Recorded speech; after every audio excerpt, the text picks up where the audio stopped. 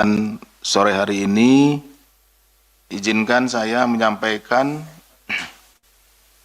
pointers terkait peristiwa tertangkap tangan terduga pelaku tindak pidana korupsi restitusi pajak di KPP Madya Banjarmasin.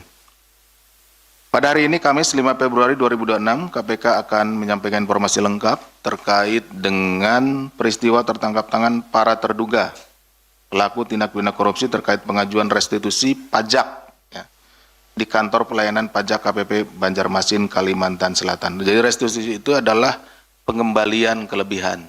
Jadi misalkan dalam 1 tahun berjalan, anggaplah di tahun 2025, nanti kan dibayarkan pajaknya, kemudian di akhir itu dilihat nanti diperbandingkan nanti dengan produk yang dipajaknya, apakah nilai pajaknya memang ada lebih bayar atau kurang bayar. Nah, kalau terjadi kelebihan bayar, maka akan dikembalikan atau diberikan restitusi. Adapun konstruksinya adalah sebagai berikut. Pada tahun 2024, PT BKB mengajukan permohonan restitusi pajak pertambahan nilai atau PPN untuk pajak 2024 dengan status lebih bayar. Pengajuan dimohon kepada KPP Madya Banjarmasin. Jadi di akhir tahun itu dilihat ya restitusinya, ternyata terjadi kelebihan bayar dari PT BKB ini. Atas permohonan restitusi tersebut, tim pemeriksa KPP Madya Banjarmasin melakukan pemeriksaan. Salah satunya yang beranggotakan saudara DJD. Dari pemeriksaan tersebut ditemukan nilai lebih bayar sebesar 49,47 miliar dengan koreksi fiskal sebesar 1,14 miliar sehingga restitusinya pajaknya menjadi 48,3 miliar.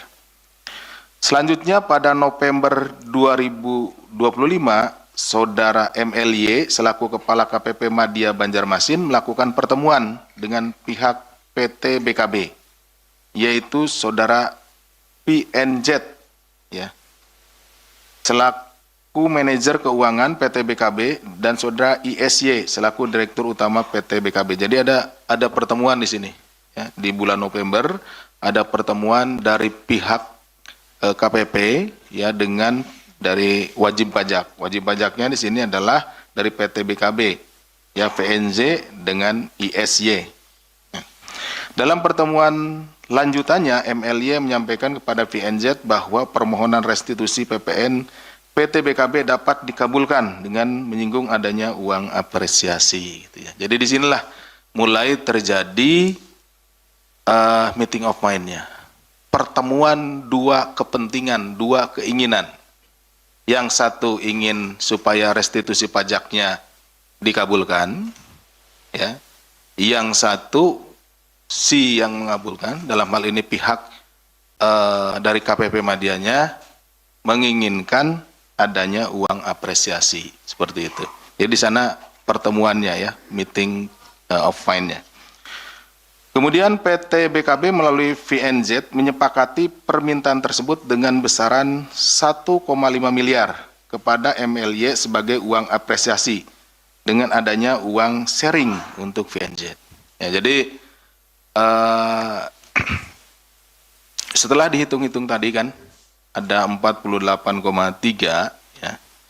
Yang satu ingin restitusinya, yang satu tadi menginginkan uang apresiasi. Nah, kemudian disetujuilah, ya, setujui 1,5 miliar.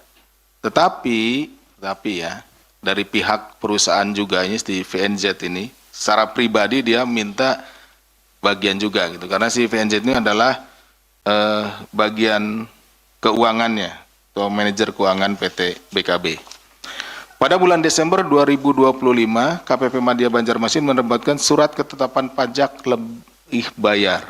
Jadi itu untuk dibayar restitusi itu harus ada surat SKPLB, surat ketetapan pajak lebih bayar, dan surat keputusan pengembalian kelebihan pembayaran pajak SKP KPP dengan nilai restitusi yang disetujui yaitu 48,3 miliar. Jadi setelah terbitnya surat ini, maka dari pihak keinginan pihak PT BKB ini sudah terpenuhi gitu. Karena tanpa terbitnya surat ini, maka nggak akan cair si uang restitusinya itu. Bahwa setelah restitusi dicairkan pada tanggal 22 Januari 2026 ke rekening PT BKB, DJD menghubungi staf VNJ untuk meminta bagian dari uang apresiasi yang disepakati, di mana uang tersebut dicairkan oleh PT BKB dengan menggunakan invoice fiktif. Ya, karena begini, maksudnya invoice fiktif ini begini. Tentunya setiap pengeluaran di perusahaan, ya perusahaan manapun, ini termasuk di perusahaan BKB ini, itu harus melalui pencatatan, ya pencatatan di pembukuannya tentunya. Tidak mungkin dia mengeluarkan uang 1,5 miliar dengan tulisan bahwa itu adalah untuk uang apresiasi. Seperti itu. Jadi dibuatlah invoice fiktif supaya uang tersebut bisa keluar, misalkan untuk pembelian barang dan lain-lain gitu ya. Padahal barangnya tidak ada. Tidak ada pembelian itu, tidak ada transaksi itu, tapi uangnya kemudian ditarik dan dikumpulkan. Setelah jumlahnya 1,5 miliar, nah nanti itulah yang akan diberikan sebagai uang apresiasi. Kemudian VNJ langsung menemui MLY, jadi setelah jumlahnya tadi 1,5 miliar ya, di sebuah restoran untuk membahas pembagian jatah uang apresiasi dan disepakati pembagiannya sebagai berikut. Saudara MLY, ini selaku Kepala KPP Banjarmasin, sebesar 800 juta rupiah. Saudara DJD, ini anggotanya ya, anggotanya MLY, sebesar 200 juta ya pemeriksanya ini. Kemudian saudara VNZ sebesar 500 juta rupiah ya. Bahwa kemudian PNJ bertemu dengan DJD untuk memberikan uang yang disepakati sebesar 200 juta, namun PNJ meminta bagian sebesar 10% atau 20 juta. Sehingga DJD menerima bersih sebesar 180.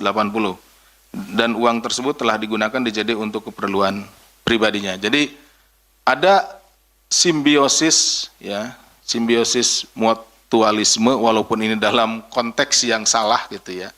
Ada saling menguntungkan di antara mereka, di antara si oknum KPP Banjarmasin ini dengan bagian keuangan di PT BKB. Jadi ada pembagian kembali. Jadi kata si PNJ ini kan yang ngeluarin dari, kalau tadi yang MLY dengan DJD yang mengeluarkan surat SKP PLB dan SKP KPP ini mereka. Tapi yang mengeluarkan uang 1,5 miliar dari kas perusahaan adalah PNJ gitu ya. Jadi mereka saling di sana ada perannya masing-masing gitu. Sehingga si PNJ ini minta juga bagian dari si DJD maupun dari MLY. Sementara kepada MLY, PNJ memberikan uang 800 juta yang dibungkus dalam kardus di area parkir salah satu hotel di Banjarmasin. Kemudian MLY membawa uang tersebut untuk dititipkan kepada orang kepercayaannya di salah satu tempat waralaba miliknya. Dari 800 juta yang diterima MLY, kemudian saudara MLY kemudian menggunakan untuk pembayaran DP rumah 300 juta dan 500 juta sisanya masih disimpan oleh orang kepercayaannya. Nanti rekan-rekan akan saksikan. Sementara terhadap sisa 500 juta dari uang apresiasi tersebut disimpan oleh PNZ untuk dirinya sendiri. Dalam peristiwa tertangkap tangan ini, KPK mendapatkan informasi bahwa saudara MLY juga diduga menjadi komisaris di beberapa perusahaan. Jadi rangkap jabatan yang bersangkutan walaupun sebenarnya untuk jabatan resminya adalah sebagai kepala KPP Banjarmasin. Dari peristiwa tertangkap tangan yang dilakukan pada tanggal 4 Februari 2025 di Banjarmasin tersebut, tim KPK mengamankan sejumlah 3 orang, yaitu MLY selaku Kepala Kantor Pelayanan Pajak KPP Madya Banjarmasin, saudara DJD selaku Piskus yang menjadi anggota tim pemeriksa dari KPP Madya Banjarmasin, dan saudara VNZ selaku manajer keuangan PT BKB. Selain itu, tim KPK juga turut mengamankan barang bukti berupa uang tunai dalam bentuk fisik senilai 1 miliar rupiah yang diamankan dari saudara MLY dan PNZ, serta bukti penggunaan uang 300 juta oleh MLY untuk DP rumah dan 180 juta yang digunakan oleh saudara DJD dan 20 juta yang digunakan PNZ, sehingga total barang bukti yang diamankan dari kegiatan ini senilai 1,5 miliar ya, sesuai dengan yang mereka perjanjikan. Berdasarkan kecukupan alat bukti dalam dugaan tindak pidana korupsi terkait pengajuan restitusi pajak di kantor pajak pelayanan pajak KPP Madya Banjarmasin, KPK menaikkan perkara ini ke tahap penyidikan dengan menetapkan 3 orang tersangka sebagai berikut. MLY selaku Kepala Kantor Pelayanan Pajak KPP Madya Banjarmasin, 1. Yang kedua, saudara DJD, Fiskus yang menjadi anggota tim pemeriksa dari KPP Madya Banjarmasin, dan saudara PNZ. Ya, jadi yang penerimanya MLY dan DJD ini dari KPP Madya, kemudian pemberinya adalah PNZ selaku manajer keuangan PT BKB. KPK selanjutnya melakukan penahanan terhadap para tersangka untuk 20 hari pertama sejak tanggal 5 sampai dengan 24 Februari 2025 yang penahanannya dilakukan di Rumah Tahanan Negara Cabang Gedung Merah Putih KPK. Atas perbuatan tersebut terhadap saudara MLY dan saudara DJD selaku penerima disangkakan telah melanggar pasal 12A kecil dan pasal 12B kecil Undang-Undang Nomor 3199 serta pasal 606 ayat 2 Undang-Undang Nomor 1 Tahun 2026. Sementara terhadap saudara VNZ selaku pemberi disangkakan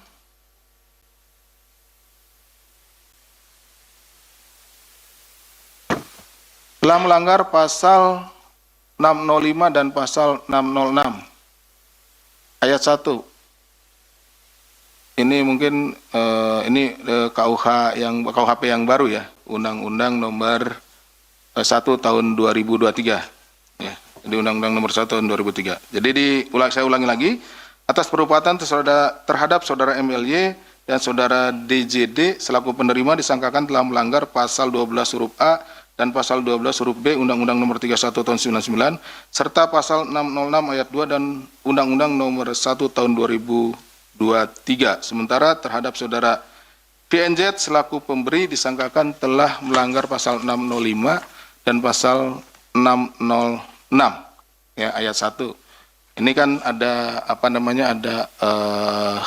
KUHP baru ya, ke Undang-Undang Nomor 1 Tahun 2023, sehingga beberapa pasal dari Undang-Undang 3199/2001 itu ditarik.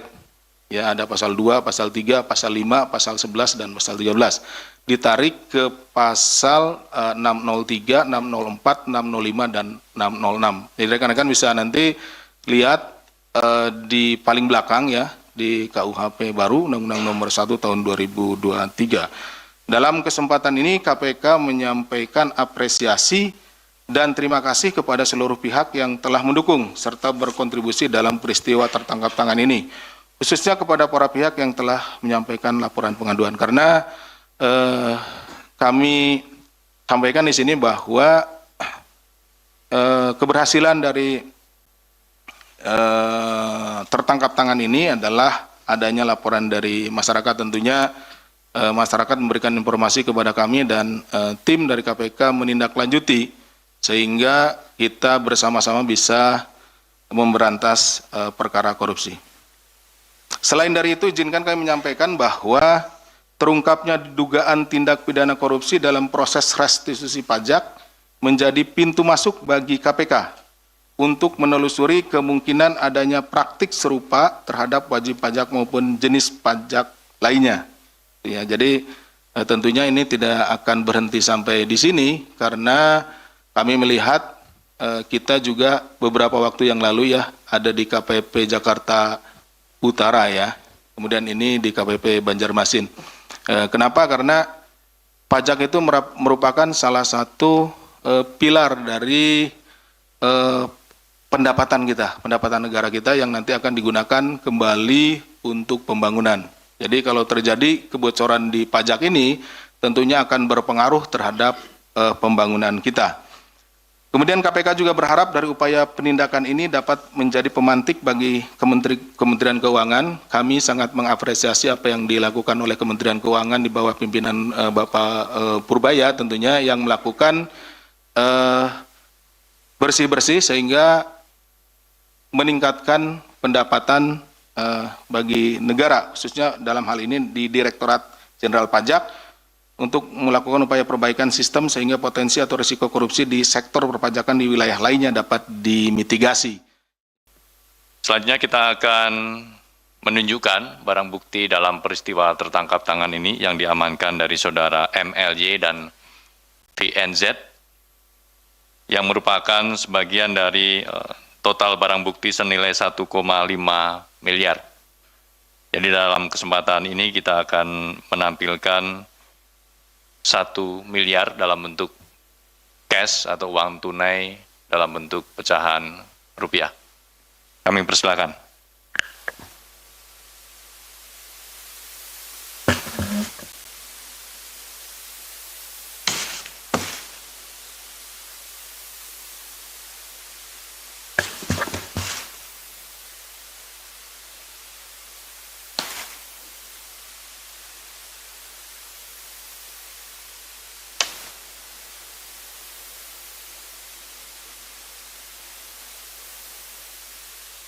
Jadi 2 kardus ini juga yang digunakan oleh pihak pemberi, saudara VNZ kepada saudara MLY untuk membungkus atau mengemas uang. Dalam hal ini yang kita tunjukkan senilai 1 miliar rupiah dalam pecahan 50.000 dan 100.000 rupiah.